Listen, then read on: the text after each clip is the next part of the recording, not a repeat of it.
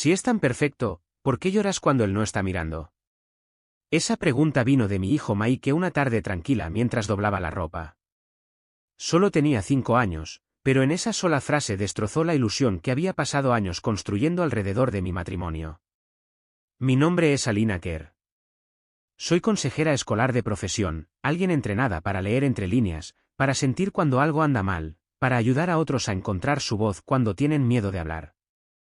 Pero de alguna manera perdí la pista de la mía, y comenzó el día que conocí a Derek Tan. Nos conocimos en un evento de exalumnos de la universidad. Era magnético, el tipo de hombre que entra en una habitación y parece iluminarla.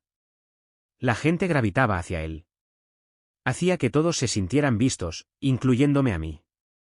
Me atrajo su confianza, su encanto y la forma en que me miraba como si fuera la única persona que importaba. Esa noche hablamos durante horas sobre nuestros objetivos, nuestras familias, nuestros sueños.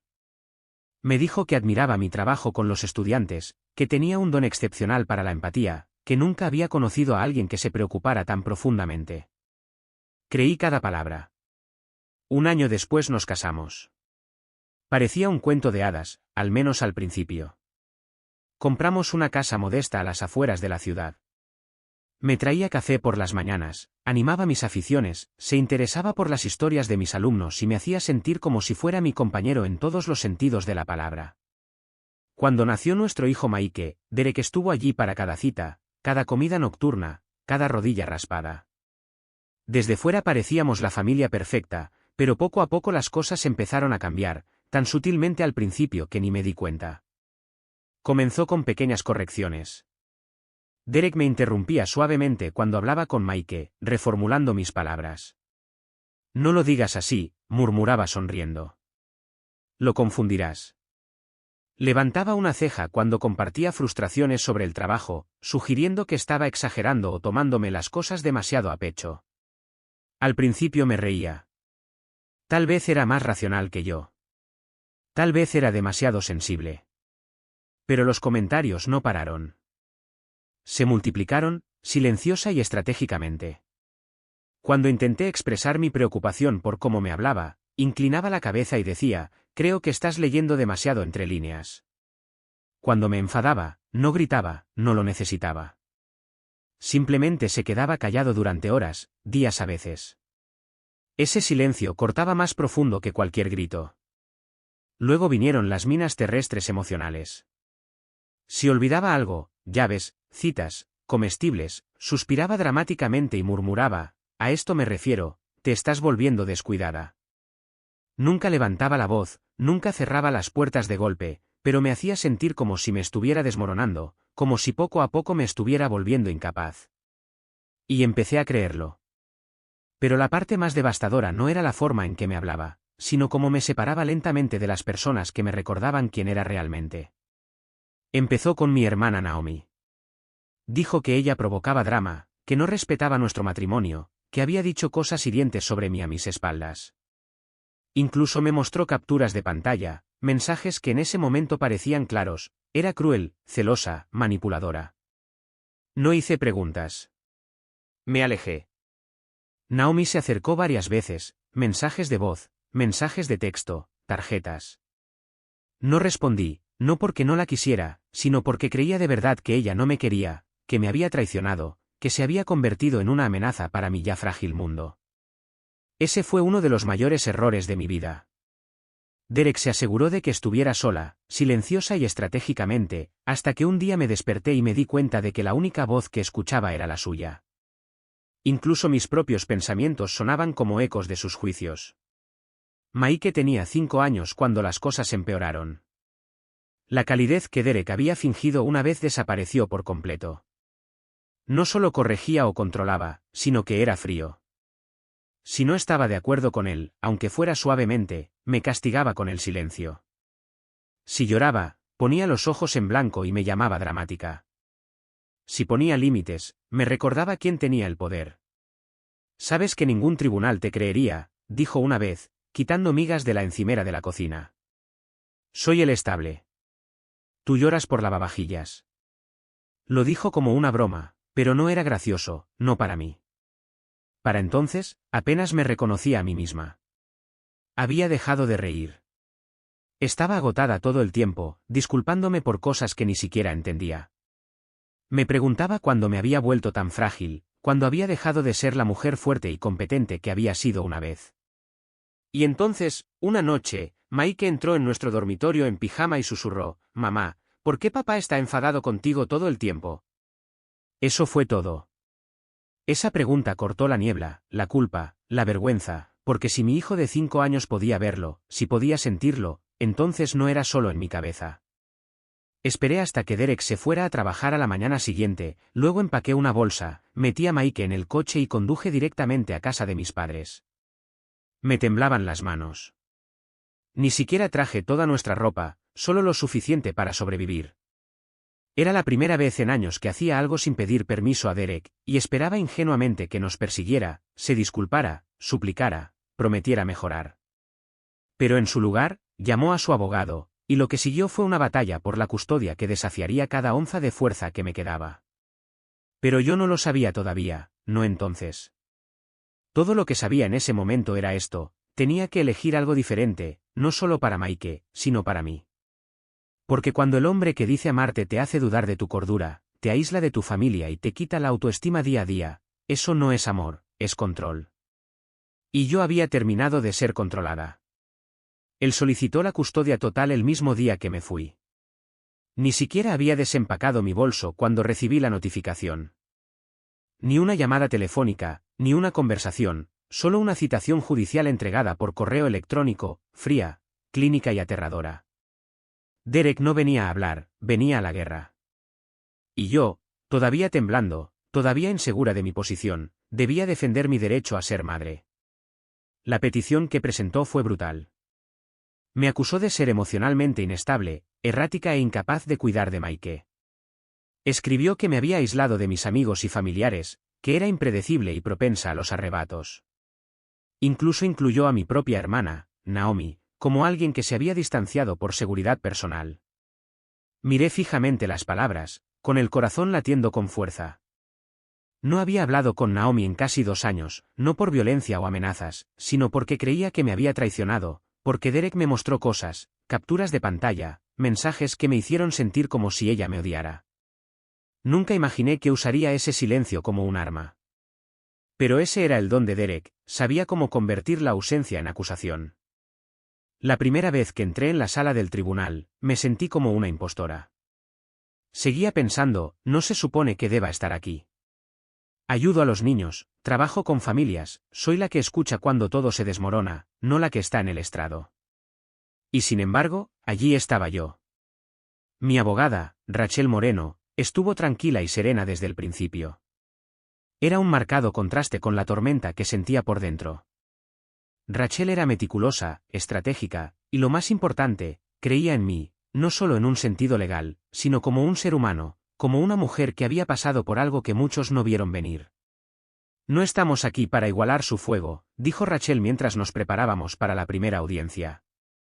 Estamos aquí para dejar que sus mentiras se consuman solas. Derek llegó al tribunal con el aspecto de alguien que acababa de salir de un catálogo: traje impecable, sonrisa suave, comportamiento pulido. Incluso le dio la mano al alguacil. Si no lo conocieras, pensarías que era el modelo de estabilidad. Eso era lo que lo hacía peligroso. Su abogada, Clarissa WYN, era igualmente serena, rubia, equilibrada, con un tono que podía hacer que cualquier afirmación sonara razonable, incluso cuando era una mentira descarada. Pintó una versión de mí que yo no reconocía. Le dijo al juez que era impulsiva, demasiado emocional e incapaz de tomar decisiones acertadas en el mejor interés de Mike. Dijo que tenía un patrón de alejar a la gente, incluyendo a mi propia familia. Incluso afirmó que era propensa a las crisis nerviosas. Luego asestó el golpe. Su señoría, dijo Clarissa, haciendo una pausa para dar efecto. Nos gustaría presentar una preocupación adicional para que el tribunal la considere. La propia hermana de la señora Kerr, Naomi Kerr, ha presentado una orden de alejamiento contra ella. Me quedé helada. La habitación se volvió borrosa, mis oídos zumbaban. ¿Una orden de alejamiento? No podía respirar. ¿Naomi había hecho eso? ¿Realmente había llegado tan lejos?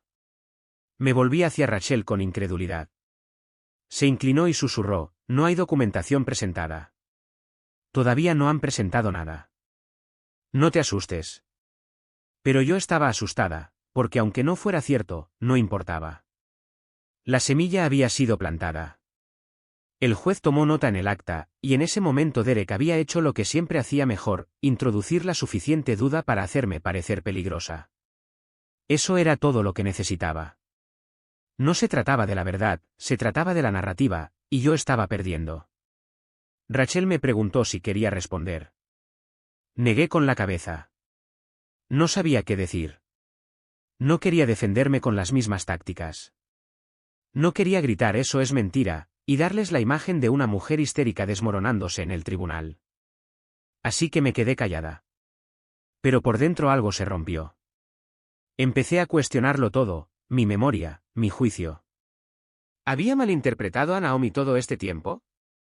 ¿Había pasado por alto señales de que realmente me tenía miedo?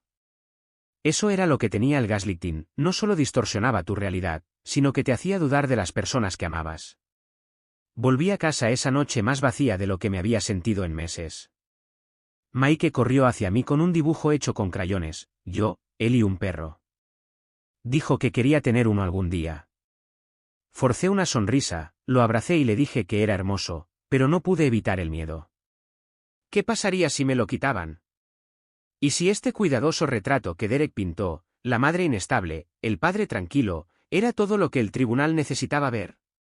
En los días que siguieron, Rachel trabajó silenciosamente entre bastidores. Solicitó la verificación de la supuesta orden de alejamiento. No existía ninguna. Clarissa no había presentado ninguna documentación para respaldar la afirmación, porque no la había. Pero en el tribunal eso no importaba. Las mentiras, una vez dichas, tienen una forma de persistir como el humo. La siguiente audiencia fue peor. Clarissa continuó presentándome como paranoica, emocionalmente volátil e incapaz de ser CEO madre. No necesitaba pruebas. Tenía a Derek, tranquilo, sereno, convincente.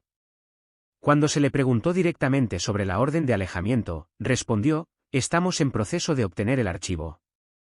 El juez asintió y siguió adelante. Otra mentira registrada en actas oficiales.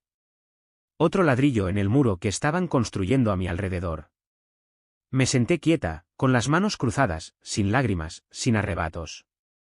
Sabía que cada gesto de mi cara sería escrutado, si fruncía el ceño, hostil, si lloraba, inestable, si sonreía, desconectada de la realidad. Así que hice lo único que pude, me quedé quieta. Pero en lo más profundo, una voz comenzó a surgir, un destello de resistencia. No gritaba, susurraba, tú no eres la versión de ti que ellos dicen que eres. Y entonces, justo cuando la audiencia estaba a punto de terminar, justo cuando estaba a punto de perder toda esperanza, escuché una voz detrás de mí, clara, firme, familiar. En realidad, soy su hermana y tengo algo que decir. Toda la sala se volvió.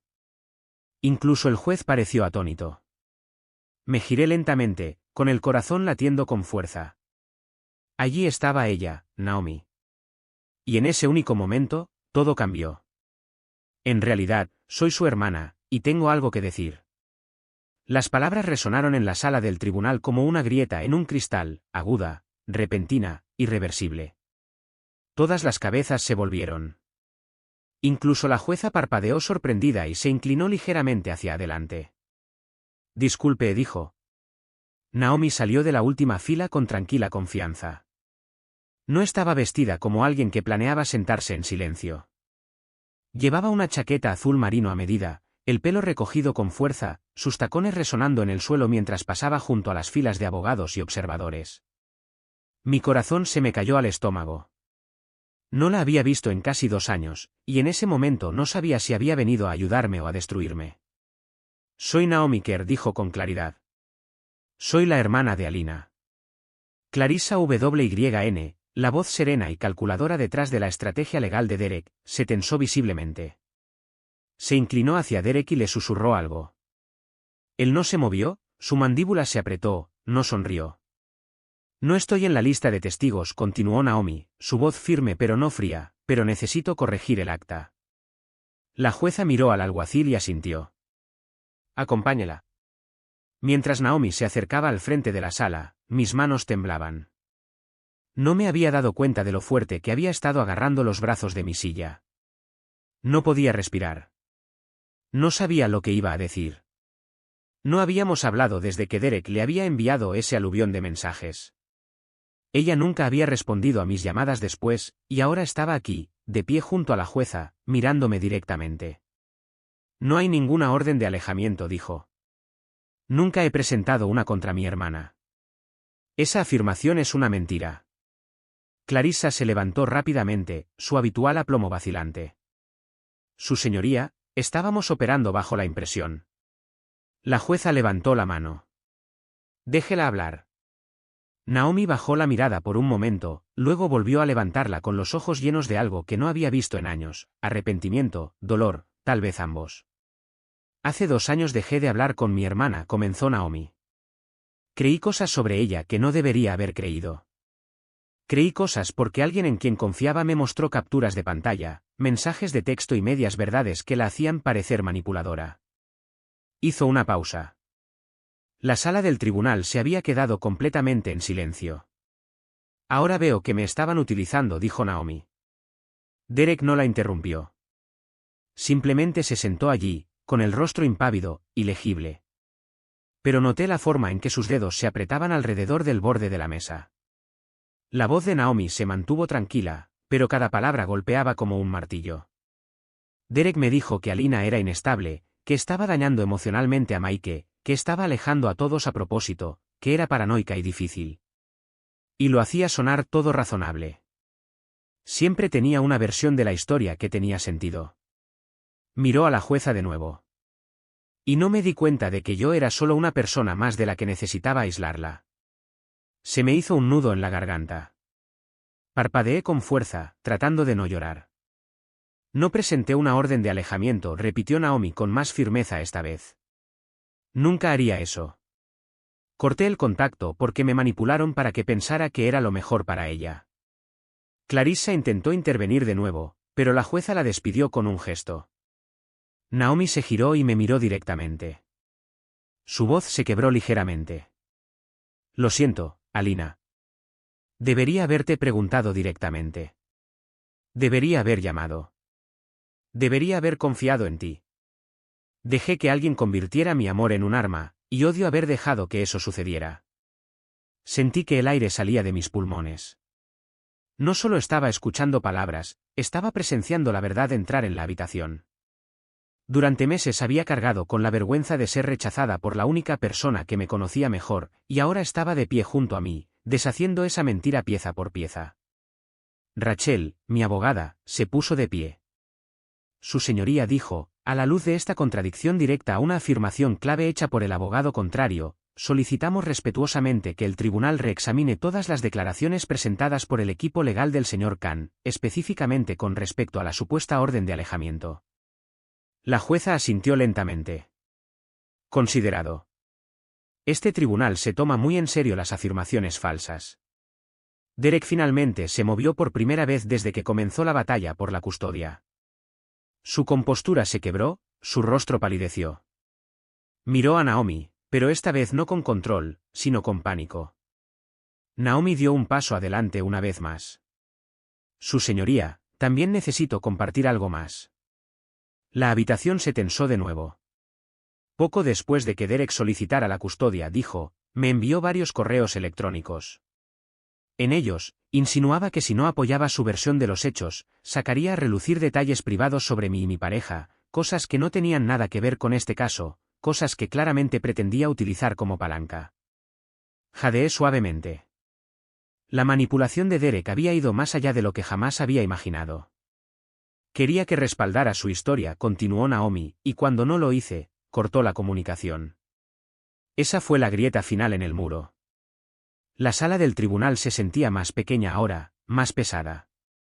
Cada persona en esa habitación lo vio, no solo las mentiras, sino la crueldad detrás de ellas. La jueza se recostó en su silla, mirando a Derek.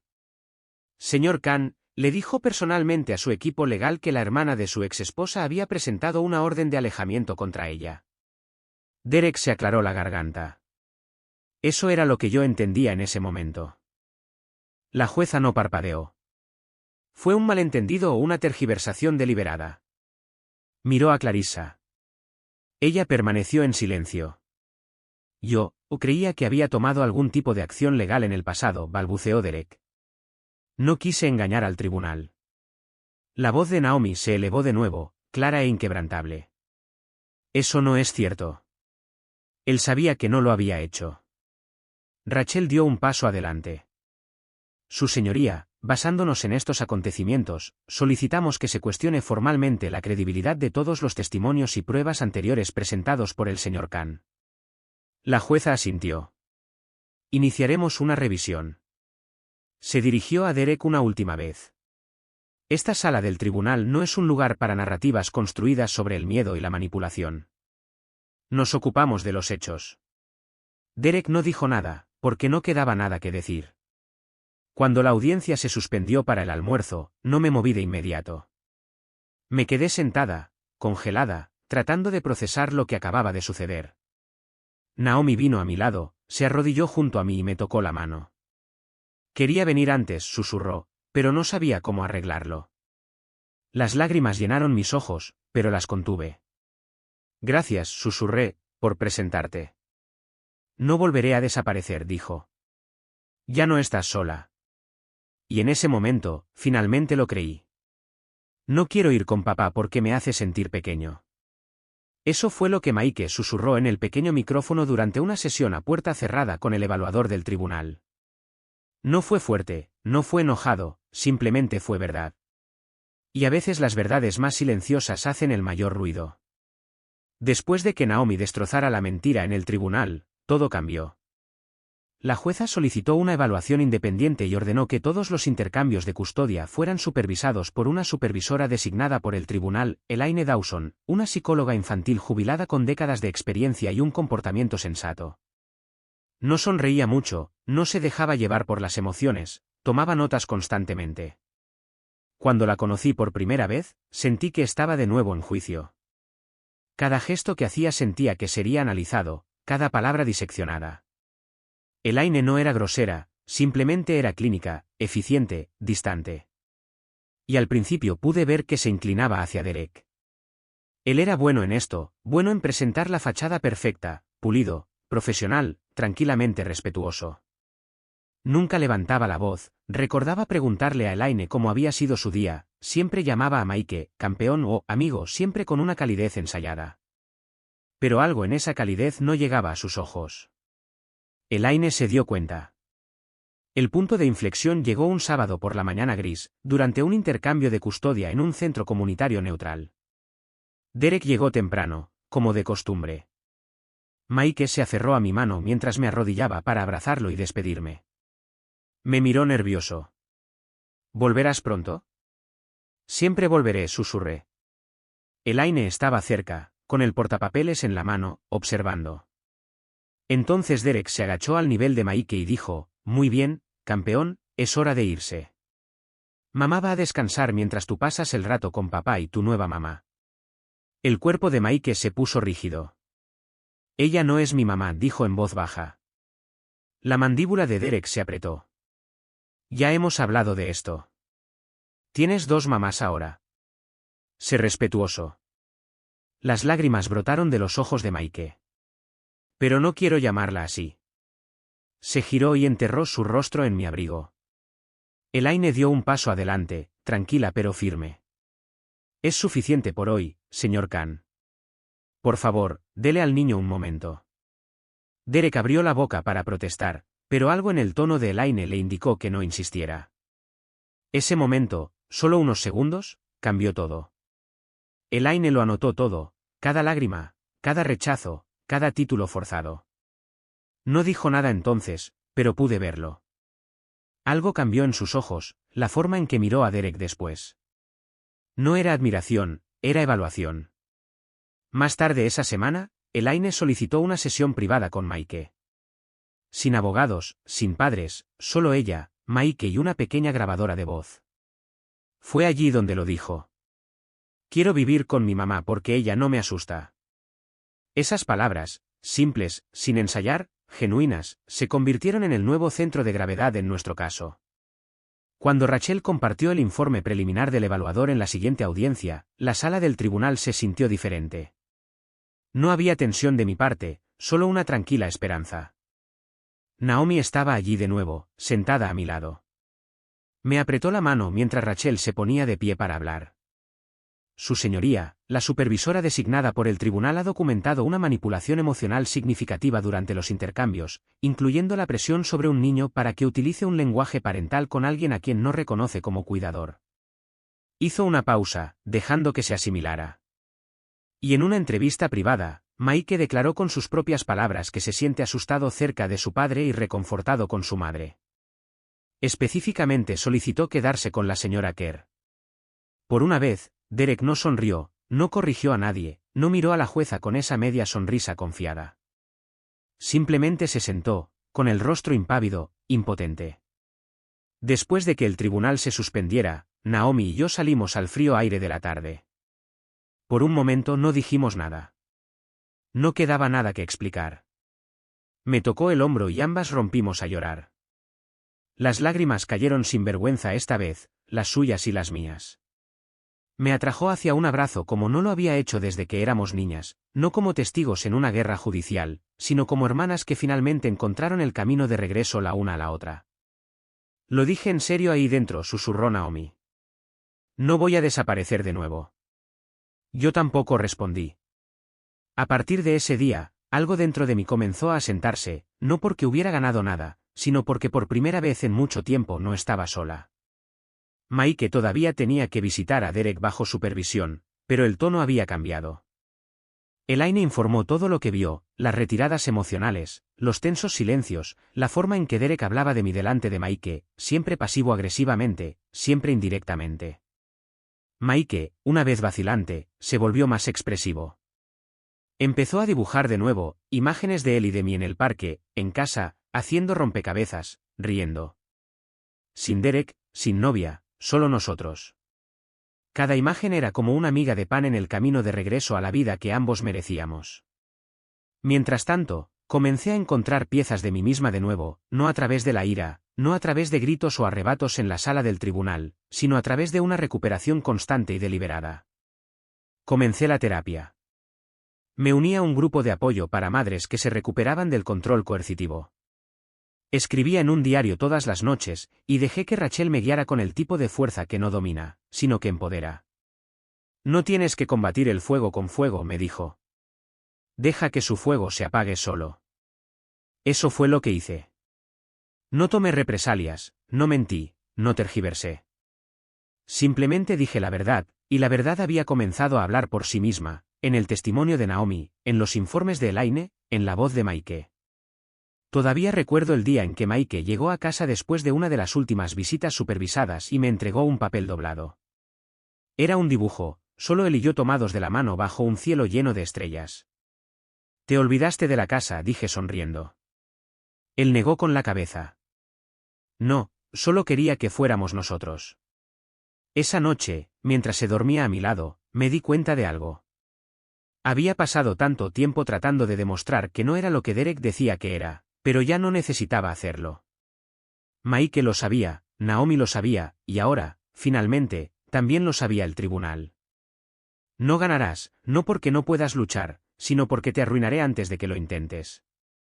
Esa voz, esa frase, clara, controlada e inconfundiblemente de Derek. Estaba enterrada en los archivos de una vieja computadora portátil que no había tocado en años, una que solíamos compartir cuando todavía creía que éramos un equipo. Rachel la encontró mientras reuníamos documentos para la siguiente cita en el tribunal. Había guardado todo en un disco duro hacía años, fotos, formularios, incluso notas de voz de nuestros primeros días como padres. Y allí estaba, una grabación que no sabía que existía. La voz de Derek capturada mientras hablaba con alguien por teléfono. Tal vez un amigo, tal vez consigo mismo. Tal vez no importaba. Alina no lo entiende. Cree que es más fuerte de lo que es. Pero sé cómo hacer que parezca loca. Una crisis nerviosa, una tergiversación, y la gente ve lo que yo quiero que vean. Nunca me quitará a Mike. Me aseguraré de ello. Rachel detuvo el audio. Su rostro era ilegible, pero sus dedos se apretaron alrededor del ratón. Esto lo cambia todo. Presentamos el archivo de audio a la mañana siguiente. Fue admitido como prueba y autenticado rápidamente. Provenía de mi máquina, con una clara marca de tiempo, y la voz de Derek era inconfundible. La jueza lo escuchó en silencio.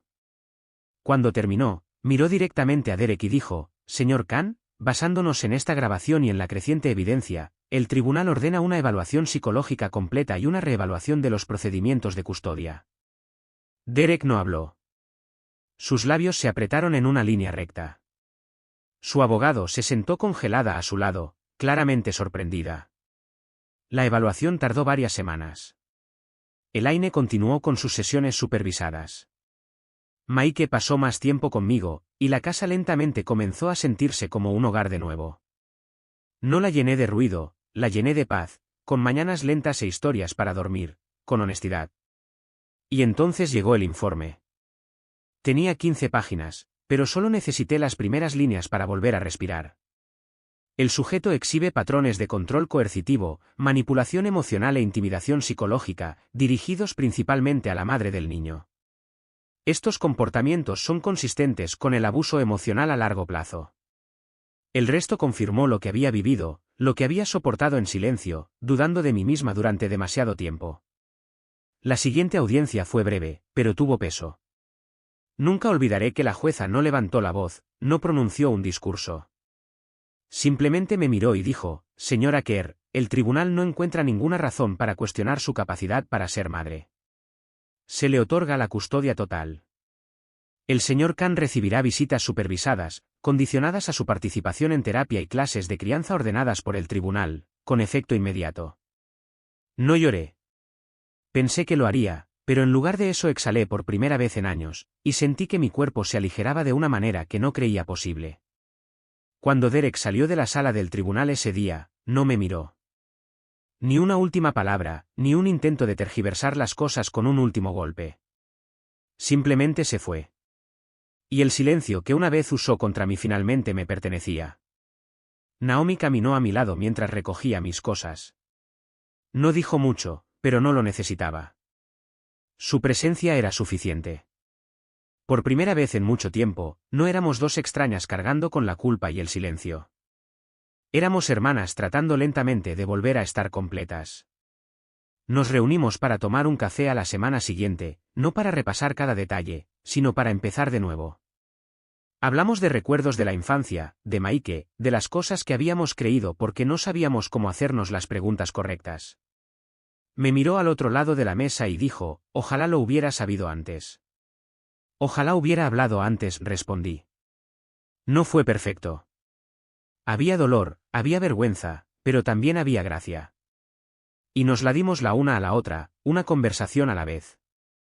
En casa, Mike y yo celebramos con panqueques y dibujos animados. Él no conocía la historia completa, y no necesitaba hacerlo. Solo sabía que mamá ya no tenía miedo, que sonreía más, que no susurraba al hablar por teléfono. Una noche se acurrucó a mi lado y dijo: «Me gusta más cuando solo somos nosotros». «A mí también, cariño», dije abrazándolo.